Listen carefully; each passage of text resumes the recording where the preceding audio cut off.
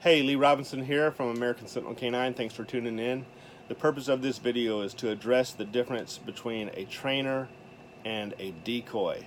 Now, a lot of people seem to think that they're the same thing, but they're really not the same thing. It's like trying to compare a chef and a cook, or a scientist and a technician.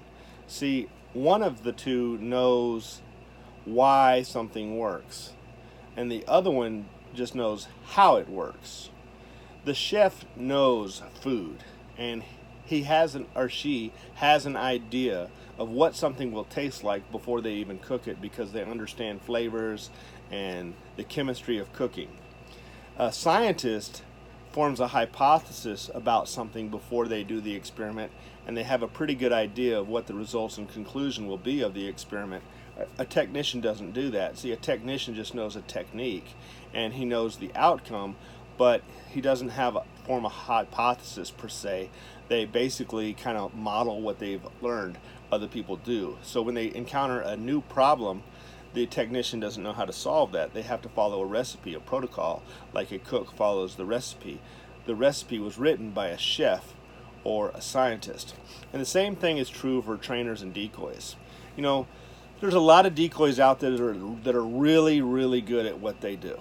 Okay, some of them can teach me techniques that would benefit my training, but there is a difference though between between a decoy and a trainer.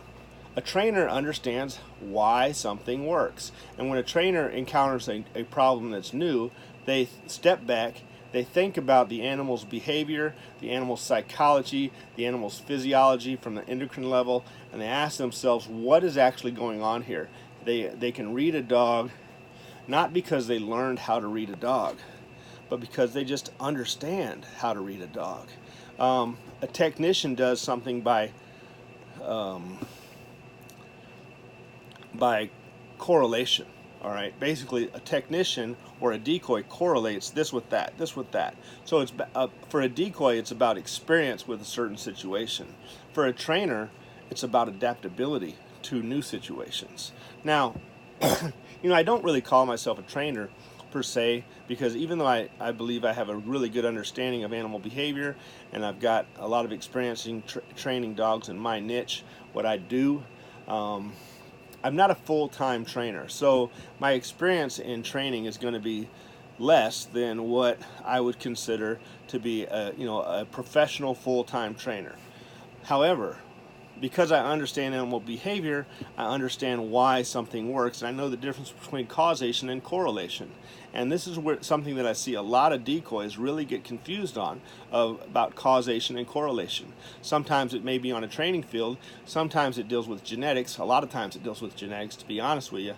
And this is the same mistake that people use when they're like racists or something. They have an experience with a certain situation, and their experience is limited, and in that limited sample size that they have, they may see a correlation. For example, if somebody says black-haired people like rice, well, that sounds silly from a cause-effect statement. In causation, we could obviously see there's no real link there between your hair color and your taste buds, so it just doesn't make any sense. However, a person who's a technician might say, well, that's true.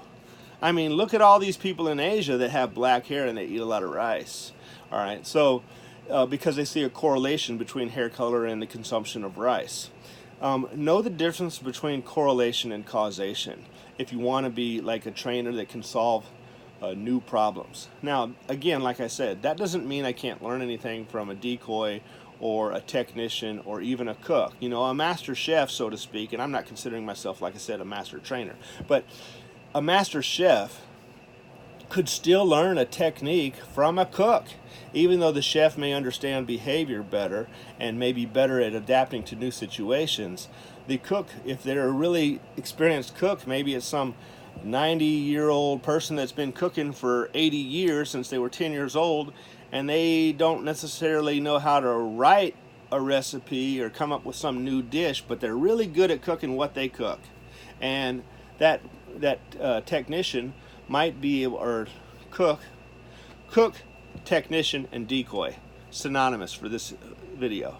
That technician or cook or decoy still may be competent enough at what they do to teach the trainer, chef, or scientist something. But generally speaking, it's the trainer, the chef, the scientist that really understands why something works. So it's the trainer, chef, and scientist that solves new problems.